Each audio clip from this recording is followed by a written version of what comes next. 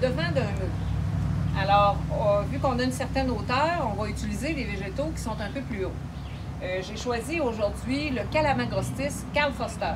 C'est une graminée qui a exceptionnellement, contrairement à toutes les autres graminées qui ont habituellement un port en rondeur, le Calamagrostis Karl Foster a vraiment un port vertical. Alors, il vient vraiment donner de la hauteur. En général, dans les aménagements, on essaie de faire nos plantations pour que les végétaux se touchent. Ici, on veut avoir un aménagement un peu plus contemporain. Alors, on va s'assurer que chaque plante ne se touche pas pour qu'on voit l'effet linéaire à répétition. Alors, on a une plante qui vient 1,8 m, presque 2 mètres, ça veut dire presque 6 pieds, disons 5 pieds. On a une plate-bande qui a 206 pouces de long. Pour la quantité de végétaux qu'on veut mettre, on va prendre notre 206 pouces. On sait qu'on doit en rentrer 6, alors on va diviser par 7. On ajoute toujours 1, ce qui va nous donner notre distance parfaite pour la plantation. Alors 206 pouces divisé par 7, ça donne 29,5. On va planter à 30 pouces. C'est une plante qui vient un petit peu plus, à peu près 2 pieds de large, 24 pouces. Alors à 30 pouces, on va avoir notre distance entre chaque végétaux. On a préalablement déterminé qu'on voulait faire une plate-bande ici.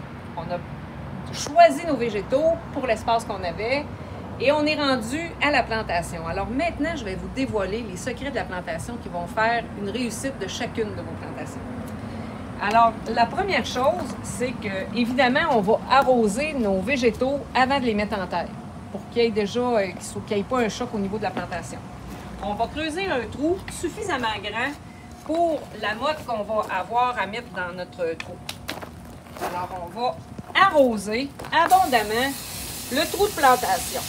Alors, quand notre plante va arriver dans ce beau trou avec beaucoup d'eau, elle va se dire, mon Dieu que c'est le fun, c'est donc bien plaisant ici, il y a de l'eau et c'est plaisant. Bon, alors, deuxième chose, et ça c'est important, la poudre magique, la mycorhize.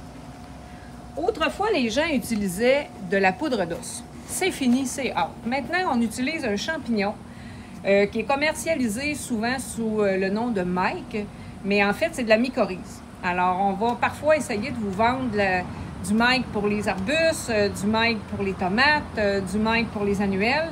En fait, c'est toute la même chose. C'est de la mycorhize, c'est un champignon. Alors, cassez-vous pas trop le pompon avec ça. Quand vous avez du Mike, c'est du Mike. Alors, on va mettre un peu notre Mike. On n'a pas besoin d'en mettre beaucoup parce qu'en fait, c'est un champignon. On vient juste inoculer notre sol pour...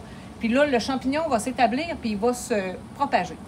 Alors, on va installer notre plante dans son trou. Ce qui est important, c'est que le collet de la plante, c'est-à-dire que le niveau du dessus du pot doit arriver à l'égalité du niveau du sol.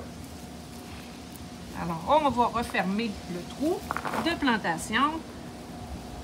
On vient bien compacter tout le tour de la plante pour s'assurer qu'il n'y a pas de poche d'air. C'est bien important.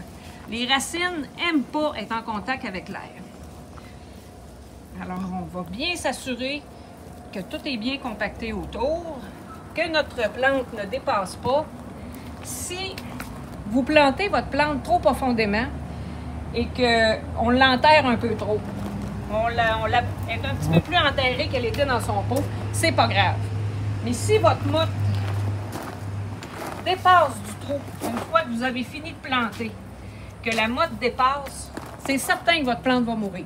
Alors, c'est bien important de respecter le collet de la plante lorsqu'on fait notre plantation.